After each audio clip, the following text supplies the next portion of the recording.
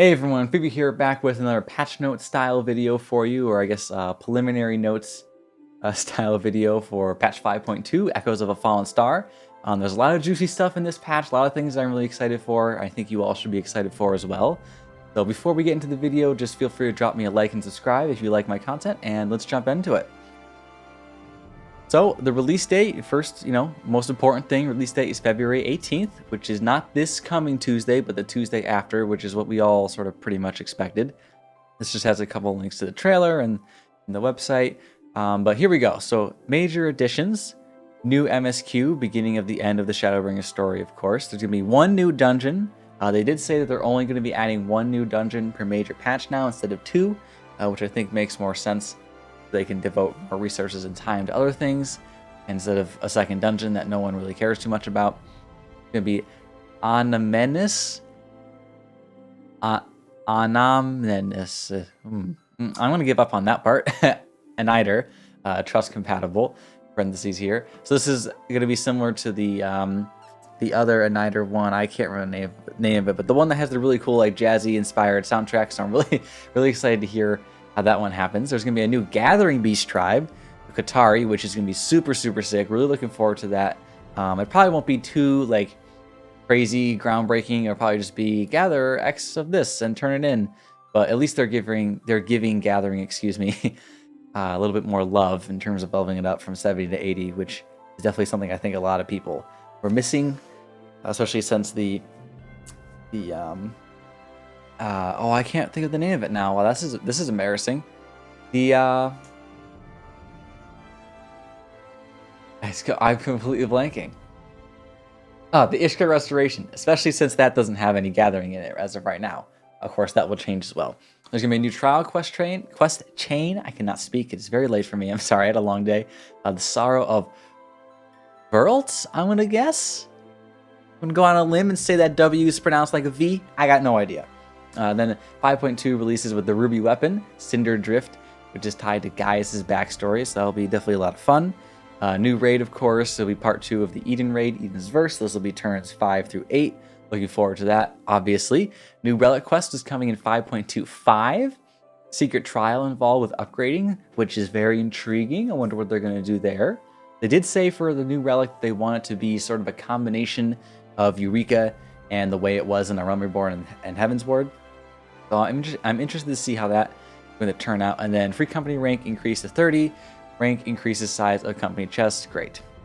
Job adjustments. No confirmed numbers, of course, until the actual patch notes, which will release the day before the patch goes live. For PvE, Red Mage potency increases. Contra 6 days damage fall off will be removed.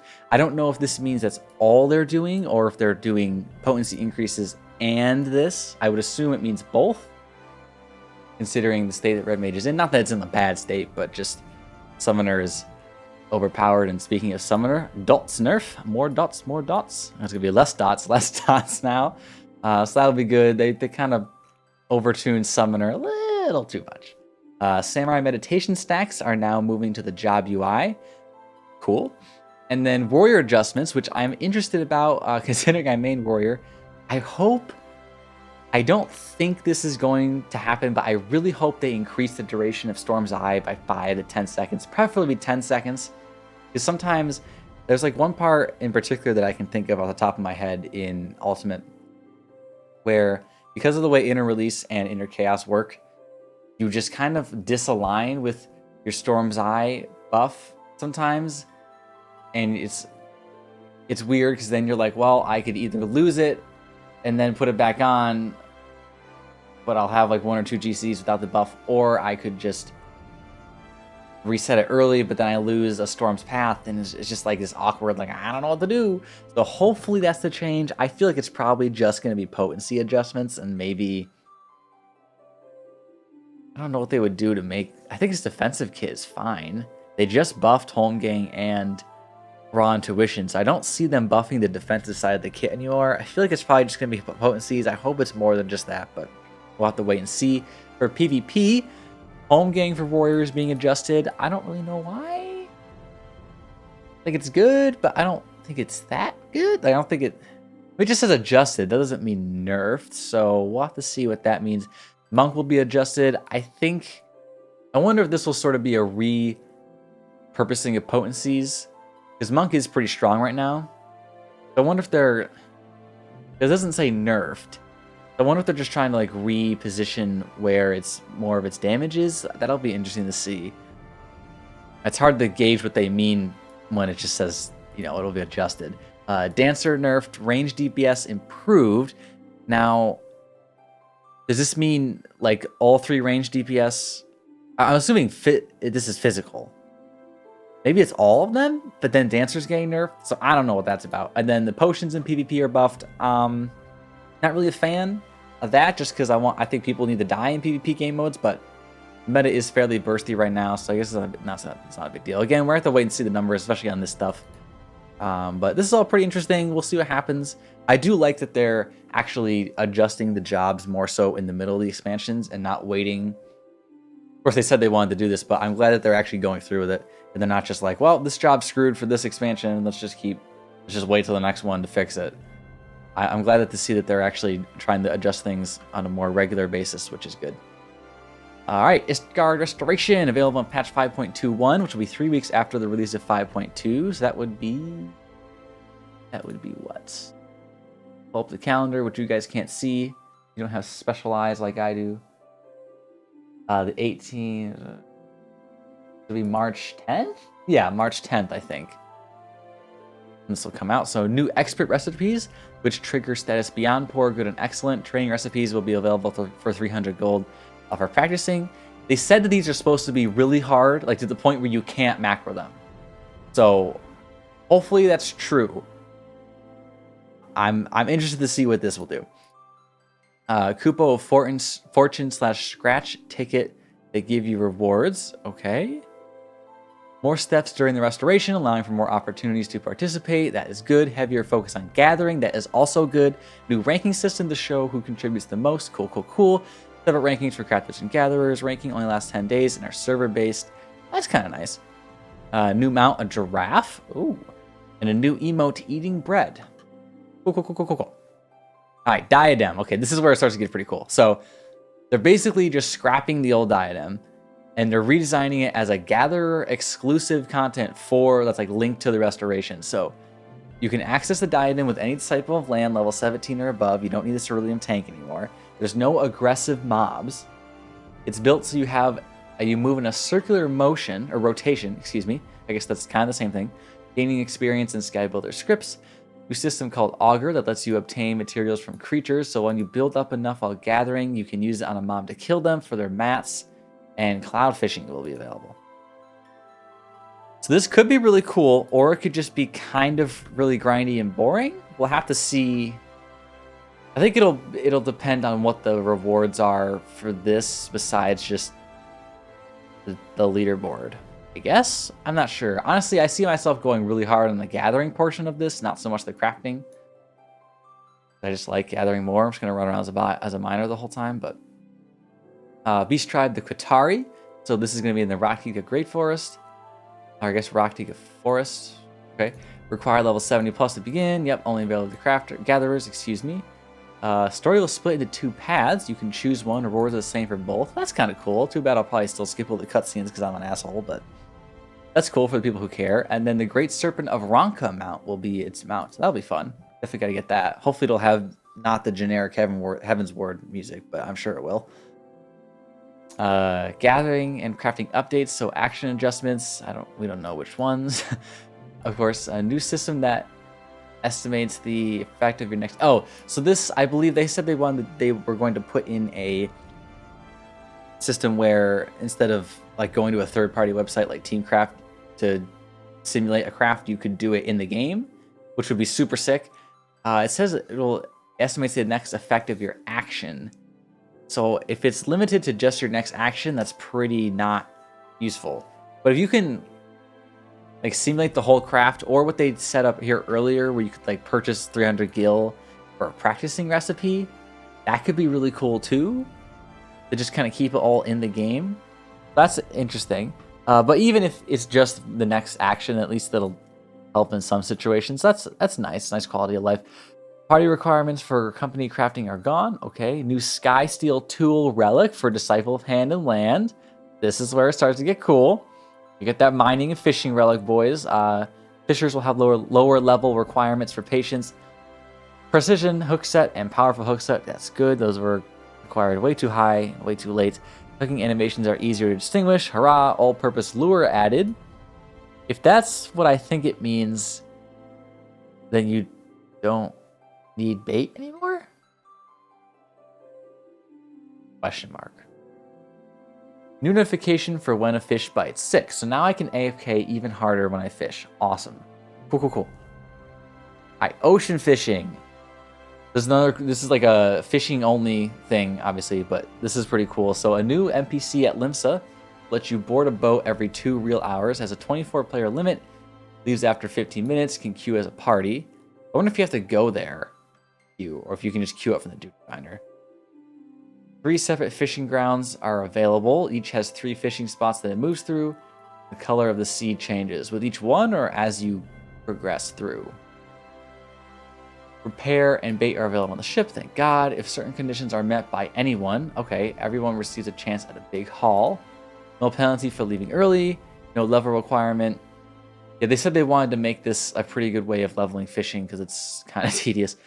I guess leveling, honestly, all the gatherers are pretty tedious right now. There will be updates in the future patches, such as new routes for fishing battles. So, like, you can see who catches the biggest fish between an NPC or a player. That'd be cool, like PvP fishing. I'm so about it. That would be so sick. Okay, Relic Quest. So remember, this is coming in 5.25, I believe. So require, I set up here.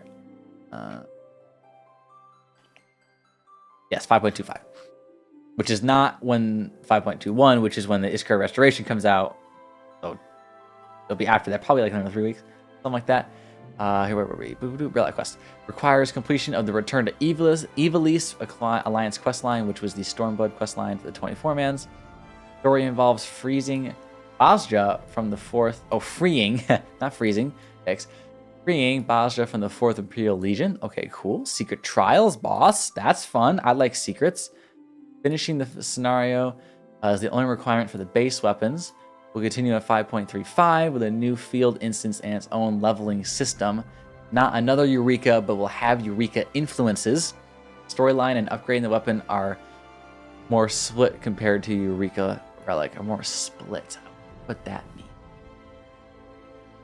mean? Like the storyline and the actual upgrading of it are more split? I wonder. So it'll have its own new field instance and a leveling system. The only thing that worries me about that is the leveling system, because that was the biggest problem I had with Eureka, was the fact that you had to level. If it was just Animos leveling, whatever. But the fact that you had to get 20 levels every single time Eureka came out before you could really even do anything to get your relic, like that was just so boring. So hopefully the leveling system is tied to the weapon and not like, you know, they should just put the guiding lance from Iceborne into fucking make that the relic. That'd be sick. Okay, Sky Steel tools. These are the relics for Disciple of Hand and Land. So the relic system for primary crafting tools. I wonder how easy these are going to be, because the idea behind the actual relics are that you can't just get them for every single job super easily. Like, it's pretty much you get 1, maybe 2 if you're insane. I wonder how easy these are going to be, considering the prevalence of omni-crafting in this game. Interesting. So story is that these are made from historical legendary tool blueprints. Oh my god. Blueprints. That'll be cool. I hope these are actually like a legendary quality and you're crafting these instead of just acquiring them. Stats will not be better than fully melded tools for now. Yeah, that makes sense. No glow effect this patch. Cool. That means they will have a glow effect though, so that's sick. I want to have a glowing mining pick. Oh, that'd be so awesome. Or like a glowing fishing rod. Okay. We're getting ahead of ourselves. Way markers. So this is pretty cool. So players will have a total of 8 way markers. Way markers can no longer be placed during combat for PvE. Okay, I guess that makes sense. You can save preset locations for waymarkers. Thank God. Yes, yes, yes, yes, yes, yes. Okay. Oh my God. Oh, that's so nice. Presets can be copied from other players. Ooh, and there are 5 presets available. Thank you. I wish that was in the game since the beginning. Oh, that's so nice. And then, oh, almost done. Okay, other news. From now on, there will only be 1 dungeon per patch. We mentioned that PvP actions will be adjusted. Wonder what that means. Probably cross-roll stuff. Gear will no longer be lost when creating materia. Oh, that's right. They mentioned that last time. Spirit Bond is now reset and the gear is saved. Yes. Now you actually do something with your Spirit Bomb besides just get it, and then you're like, okay, cool. Crafting class requirements for fixing materia are gone. Okay, I'm okay with that. New Tombstone, of course, that's pretty standard fare. New courses in the Leap of Faith minigame, whatever. Fellowships can be viewed in the companion app, okay. Umbrellas will be added. Is an action in the extra menu will be changed to its own menu in the future. Protects your character from rain and creates a shadow under you. Wow. Almost like what umbrellas do in real life. I guess that's cool. I feel like there's gonna be a lot of pictures taken with that. Recommends selling your demi materia. The price is going to change. Okay. And you can now save lighting presets for G-pose. That's nice. Cool. So obviously this is just a very... Ooh, oh, there's some glamour gear. Oh, I didn't realize these were now. Okay, well, let's go through it. So concept art. Oh yeah, this is the... I saw a meme where it was there's a light. It was like, you know, players. It was like there's a lightning arena, and then is it Ramu or Ixion? And then it says Square Enix, and it says Porque los dos. So I guess we're getting both. And then this looks like the new dungeon. That looks cool. That's pretty sick. Such a Lovecraftian vibe from that. I do like that a lot. Okay, Cinder Drift. Oh, this is the ruby weapon. I think that picture's been out for a while, actually. These things look kind of cool. Okay, ooh, solo black mage.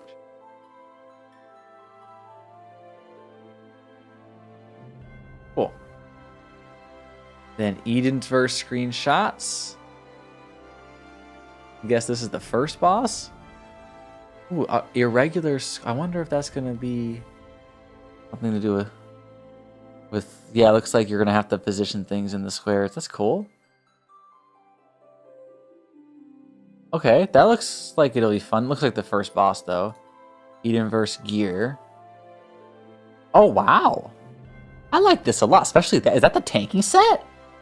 If that's the tanking set, I'm about it. Oh wait, no, that's the melee DPS.